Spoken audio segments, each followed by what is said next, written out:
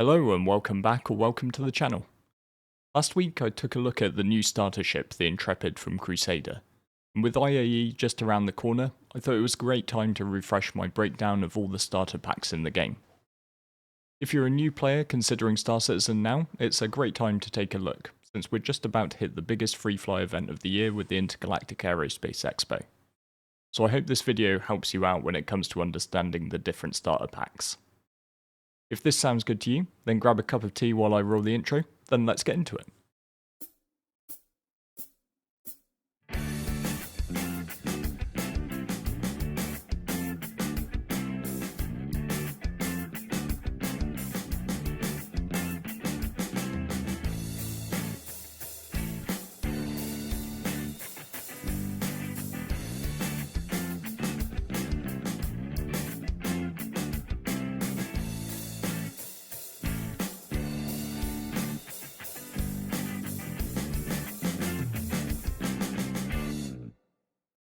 So first up, let's decide what makes a starter ship.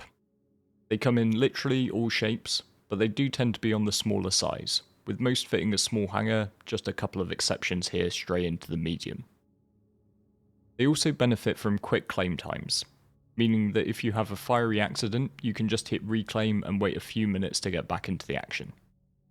If you've got a few spare credits, then you can always expedite that claim to hurry things along further. In most cases, you'll be able to have your ship back in around the 1 minute mark. Compared to larger ships like the Freelancer, that is quite a big difference, and as we go up and up the scale, things get a lot worse and a lot more costly to expedite. So if you are a new player, prone to those fiery collisions, then it might make a lot of sense to start with something you can get back nice and quick. It is also a matter of price. The entry point into the game is $45, with what are considered the basic starters. But they can go up as far as the $100 mark for more advanced starters. It's a bit of a technicality to understand, but it is quite important to get out there from the start. Only pledges that are labelled as a starter pack in the pledge store actually contain access to the game. Essentially $15 of whatever that price is the game access, while the rest is the value of the ship. You can also buy standalone ships, which, as the name suggests, are just the ship. This means that if you wanted to buy a second ship, you wouldn't get charged twice just for access to the game. For the purposes of this video, I am going to set the limit at less than $100 US for a pack, and all the prices I state will include game access. It is also worth noting, I know I'm clearly a Brit, so you might wonder why I'm using dollars, not punds. Honestly, the prices just translate much better. You might also see actual prices on the store page are a bit higher. Likely this is just because of local sales taxes, so like in the UK I pay 20% VAT on top of anything stated here. That might sound like it sucks, but universal healthcare is worth it in my mind. I am also excluding any ships or vehicles that don't have a QT drive, like snubs and ground vehicles. Starters should be capable of being your one and only vehicle in your hangar, without holding you back in the game, and not being able to travel is a bit of an issue. A lot of the ships in SC also have variants, different versions of a ship built off the same chassis, but with more of a focus, more space for cargo or more guns for combat, etc. Now I am off on holiday tomorrow, I think it's actually today at this point, and if I included all the variants I'd probably miss my flight. So for this video, I'm going to be sticking to just the base versions of each ship. Down in the video description, I will list any and all variants of any of the models shown here in the vid though. So if you do like a ship, check out down there to see if there are other versions you should also take a look at. Before we get into the ships though, I do want to just take a minute to take a quick stroll over to the IAE show. Because before you hit buy on anything, you should really take advantage of the free fly and try the game out for the best price. Nothing at all. All you need to get in from the 22nd of November is an account, which you can create for free on the RSI website. When you do though, just be sure to use a referral code for some extra starter cash. Mine is the one up on screen, but if you've got any mates who play already, just please ask them for theirs. With the free fly, you'll likely get access to a few ships, but head over to New Babbage, the major landing zone on the planet Microtech, and take a tram ride to the Tobin Expo Centre. Here you'll find the main in-game show. In the entrance hall there's a few shops where you can buy t-shirts and caps to support your favourite manufacturer. Then when you've got yourself looking dapper, you can head over to the show halls in the elevators. On the floor you'll find an array of ships. The manufacturers will rotate throughout the week. And you can walk around and explore the ships here, but you can also find the terminals next to them that allow you to rent that ship for 2 days at zero cost. This allows you to try out a fantastic variety of different vehicles, even the newly released Polaris capital ship. Assuming you enjoy yourself for this week though, you'll probably want to start a wee bit smaller. So first up, to kick things off, we've got the battle of the basic starters, the RSI Aurora MR and the consolidated Outland Mustang Alpha. Both of these ships will run you for $45 as a starter pack, and they truly are all you need to get going in the game. I would nearly always recommend that new players start with one of these two. Get into the game, get some hours out of it, and see what you're enjoying before you part with any more cash from this.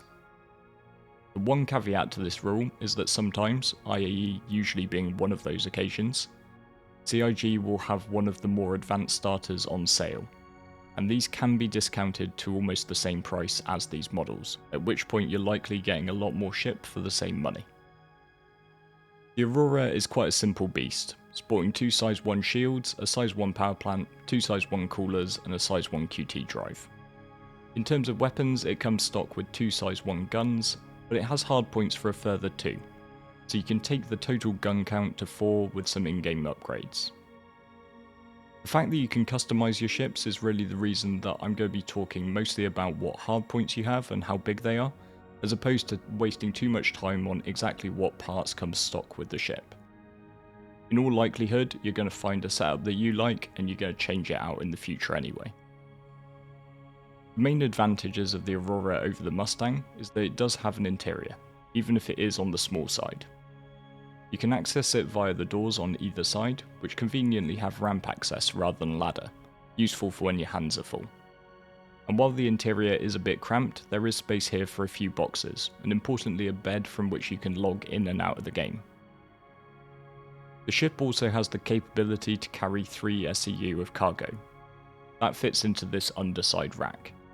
But to be honest, it is a little bit tricky to access right. However, being able to move proper crates is definitely a bonus. Pilot's seat has pretty good visibility, the struts are a little bit obstructive, but you're forward in kind of a bubble as opposed to being hemmed in by a more structural cockpit. So it's not the best, but not the worst. Meanwhile, the CO Mustang has more of a fighterish profile. In terms of components, it's identical to the Aurora, and it also sports 4 weapon hardpoints. However, the Mustang does slightly beat on DPS since it's got 2 size 2s as stock, then the 2 additional unfilled slots for size 1s.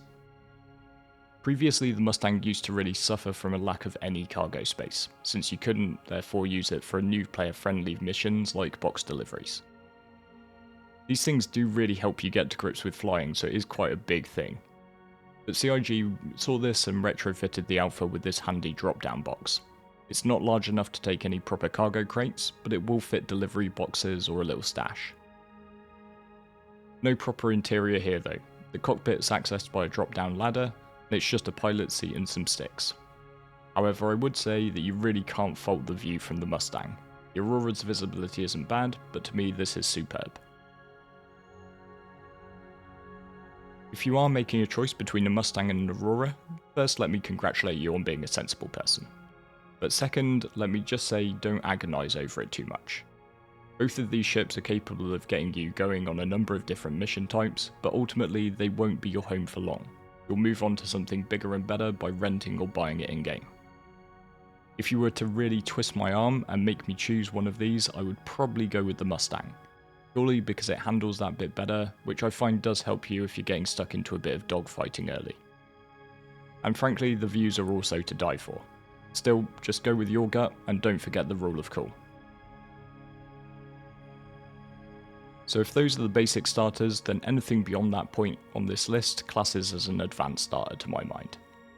These ships share a lot of the features of the basics in terms of quick claim times and low expedite costs, but they for the most part offer a little more utility or a smoother ride in some way, shape or form.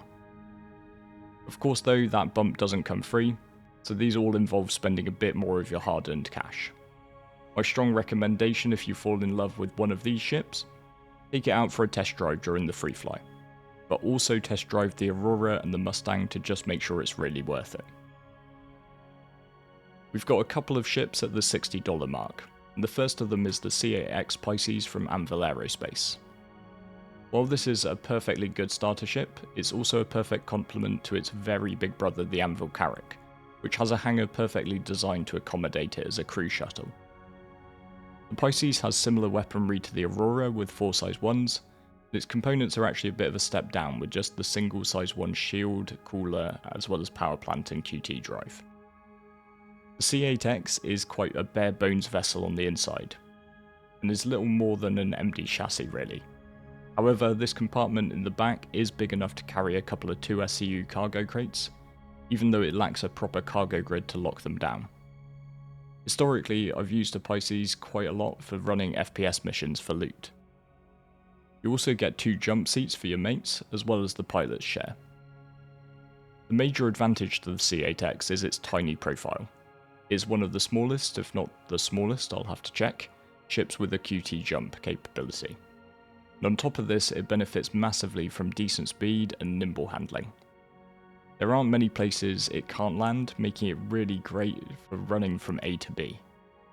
And I know one of our orcs, Combat Wings Legion, love to use these for dropping in ground troops in all the org events. And this is one of the coolest things about some starter ships. They can be your first ship in the verse, but have features that keep you using them even when you've moved on in terms of a main ride. Also at $60, but a completely different beast, is the Drake Cutter. And I always think of the Cutter as a miniature space camper van. It's one of the first price points at which you get a proper interior to your ship. Components are a familiar story of 2 size 1 shields, a size 1 power plant, 2 size 1 coolers, and a size 1 QT drive, just like the Aurora and the Mustang. And for guns, you've got 2 size 2s.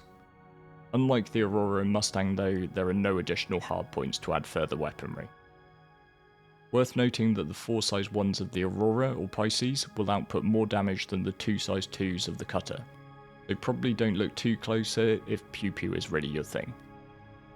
However, the Cutter gives you more utility than the ships thus far. To start with the rear, we've got a cargo grid capable of taking 4 SCU.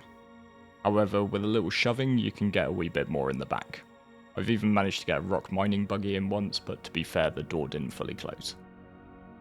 You then have a proper cabin with a bed, bathroom, and some convenient internal storage. This could be used to place items like guns or armor. It can carry a decent amount. Then up front in the cockpit, before the pilot seat, we've got a weapons rack to store a few guns, which is going to be particularly useful when CIG get a bit more restrictive with what you can carry on your person and still sit in a pilot seat. And while the view from the cockpit is a little hemmed in, this isn't really a fighter, so I wouldn't sweat that too much. I do love all the bells and whistles on this ship though, with really detailed cockpit design, and stuff like these armoured shutters. It'll be interesting to see if stuff like this has any use further down the line, but right now it's just pure rule of cool. At $65 we've got the Origin 100i, a sleek ride from SC's out and out luxury ship manufacturer. Now I'm not gonna lie, I try my best to keep my personal opinions to the side when making videos like this, because I think it's better to just let you make your own minds up. But for me personally, the 100i is just a little underwhelming.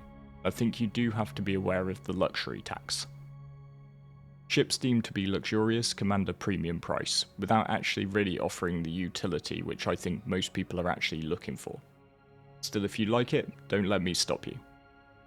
For components, we've got 1 size 1 shield, 1 size 1 power plant, 2 size 1 coolers, and a size 1 QT drive. The pair of guns are size 3s, so while it is on the lighter side in terms of components, it does offer the most DPS on the list so far. The 100i also benefits from special fuel efficient engines, meaning that 1 tank of gas will last you through a lot of flying.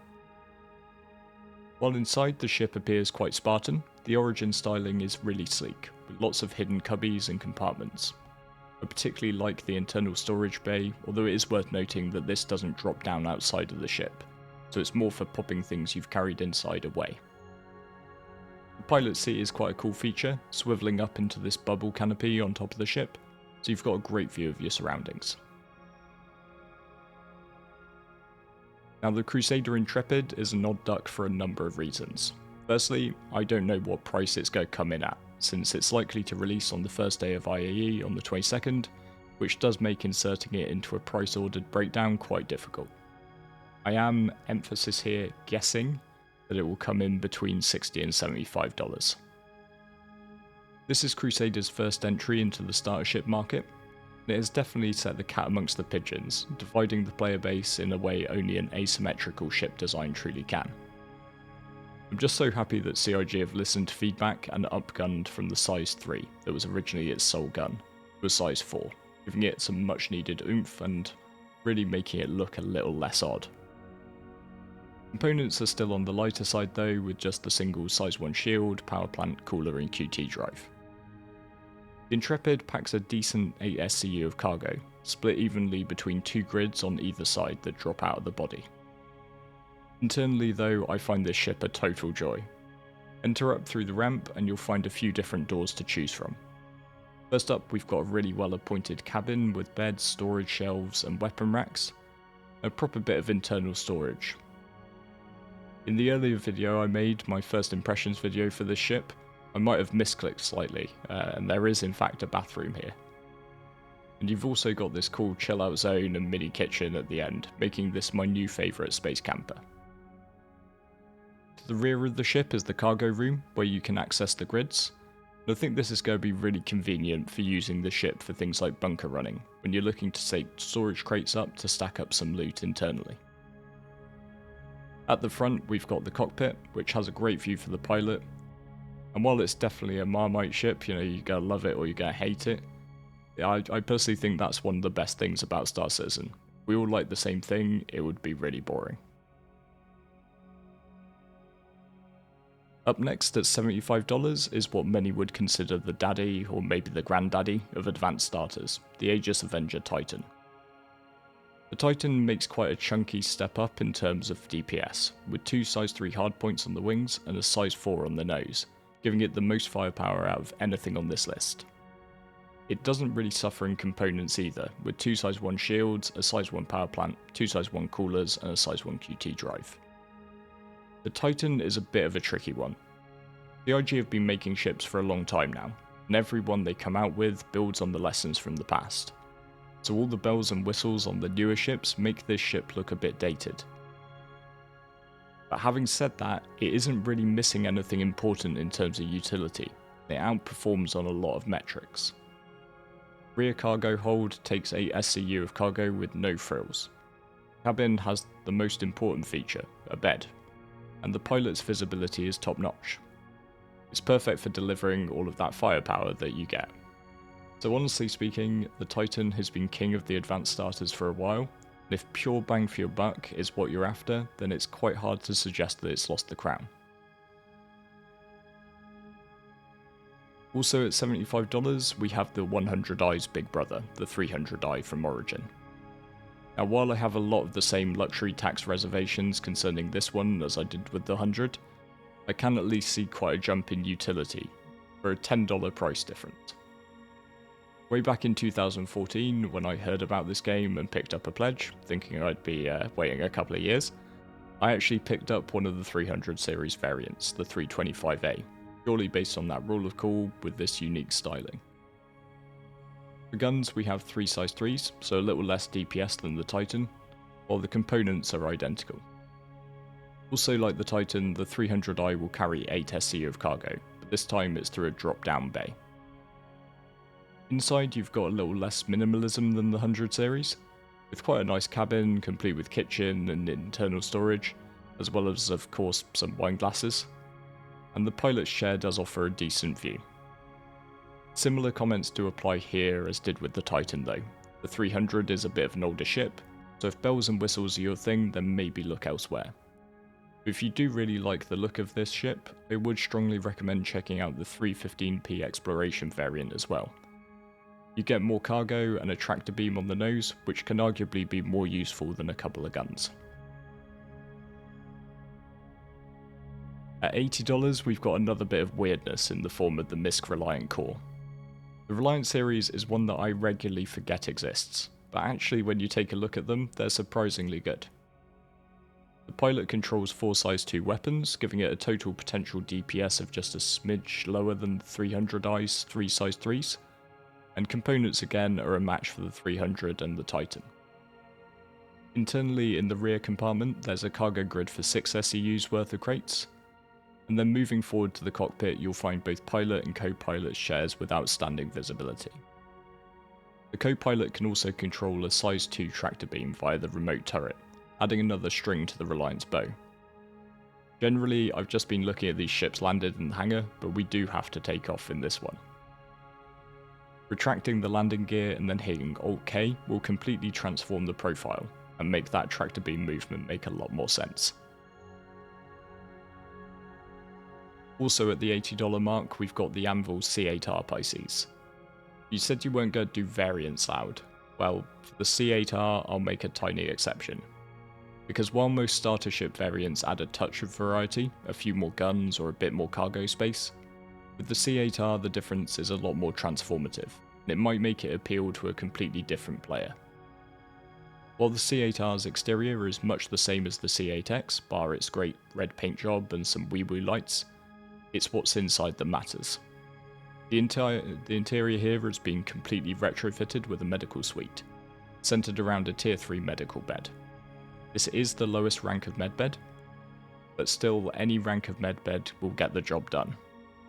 And while this could make a great ship for entry-level paramedics, the ability to currently respawn from tier 3 beds makes this a great option for those keen on FPS mercenary missions, since you can treat your minor injuries and set your spawn before going into battle.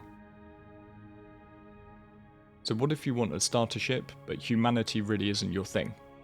Well, at $85 we've got the only true alien starter, Syulen from Xi'an manufacturer Gattac. And oh my, is it alien. Components are a shade lighter than the likes of the Titan, with 2 shields, a single size 1 power plant, cooler and QT drive. Weapons wise, we've got 3 size 3 hardpoints. The Syulen can shift up to 6 SEU of cargo via a unique, that's a word I'll probably overuse if I'm not careful, configuration with 6 individual external slots. This is a little limiting though, considering we now get cargo spawn in not just 1 SEU boxes, but also 2s, 4s, 8s, 16s, 24s and 32s. Some of the other ships on this list are capable of at least taking the 2s if not the 4s, while the Syulen can only move single boxes. Internally though, this is the only ship on the list with multiple decks, and an elevator to transit between them. The ground floor houses components as well as a weapons rack, to put my gun there to just check that's what it was. And then on the middle deck, we've got the cabin with a bed cubby and what I can only assume is a bathroom. Then on the uppermost deck, we've got the cockpit. Now, I mentioned the ship was unique, not just in the way it looks, but also how it flies. Due to your positioning, you can only really make use of hangars with a vertical takeoff, but to fly up you go forwards. The ship then folds out when you raise landing gear, and it does make a lot more sense. That said, this is one of my biggest reservations with the Syulen. Starter ships are generally targeted at new players, and this is just so unlike anything else to fly that it can be a bit daunting. If you're good enough to stay with me all the way to the end, I might slip in a little blooper reel footage of me trying to land this thing. So I did wonder whether I should include the Anvil Arrow in this starter ship guide. I decided on yes because it fit my sub $100 brief and it does have a QT drive. However, buyer beware, it is hyper specialized. With the Arrow, you're getting just a combat ship through and through, nothing else. No cargo grid, no internal space, no bed, just a light fighter. But it is one hell of a light fighter. It's not much on paper in terms of weapons and components, with 2 size 3s and 2 size 1s, it is out DPS'd by the Titan, and a single size 1 shield, power plant, cooler and QT drive. However, its speed and handling is top notch, and its tiny profile makes you a really hard target to hit. If you're an out and out combat pilot, and you're comfortable spending quite a chunk on a ship that is nothing but a fighter, then the Arrow is definitely worth a look. And it's one that you'll likely keep in your arsenal for a long time, while other starters are likely to just be something that you move on from fairly quickly. And finally for this list, just shy of the 100 mark at $95, we have the Nomad from Consolidated Outland.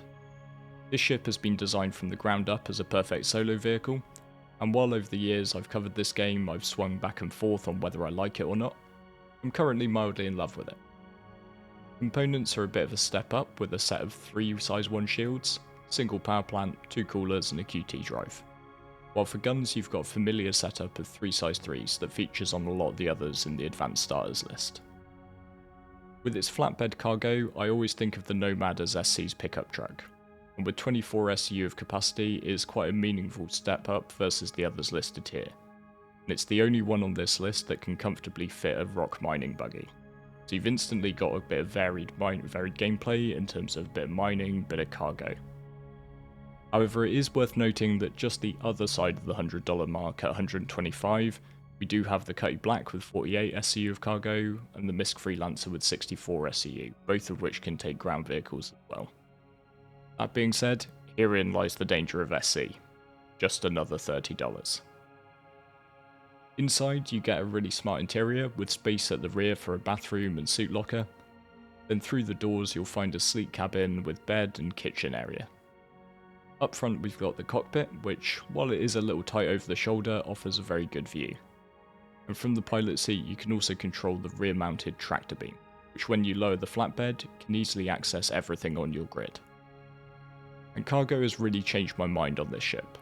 I've been loving cargo hauling missions recently, and the Nomad makes for an excellent runner for speedily completing some of the small planetary runs. This can actually generate pretty decent cash if you chain them right. All that being said though, I can't stress enough that while I think the Nomad is brilliant, it is the most expensive ship on this list, both in terms of hard currency but also in game credits. So you can buy one of these in the ship shops for just over 1.5 million credits, and while at the start of your journey that might seem a lot, it's really not. A player who's learned the ropes can earn that in a very short period, even shorter if you team up with others and are willing to help out on a multi-crew. It's small increments, but the Nomad pack is more than double the price of entry in the game. So do really take the time to ask yourself if you'd rather have a Nomad or a Mustang and a spare $50. Well, with all that said, thank you very much for watching. I hope you enjoyed this vid and that while I'm sunning myself in Morocco, you enjoy IAE. Let me know down below what you think, which is your favourite starter, or if you're new, which one do you think you're going for? Also, don't be afraid to ask questions, either drop them to me in the comments or come say hi on our Discord server. Got lots of friendly folks that will give you a hand and answer anything you want asked, so just follow the link down in the video description and we'll see you over there. If you do enjoy the content and you think I've earned it, then it would be really great if you could hit like and subscribe to the channel for more. I'll be coming up with a few ideas while I sit by the pool, so we should be back up and running in a week or so. Until then though, thank you for watching all the way to the end, and I look forward to seeing you next time.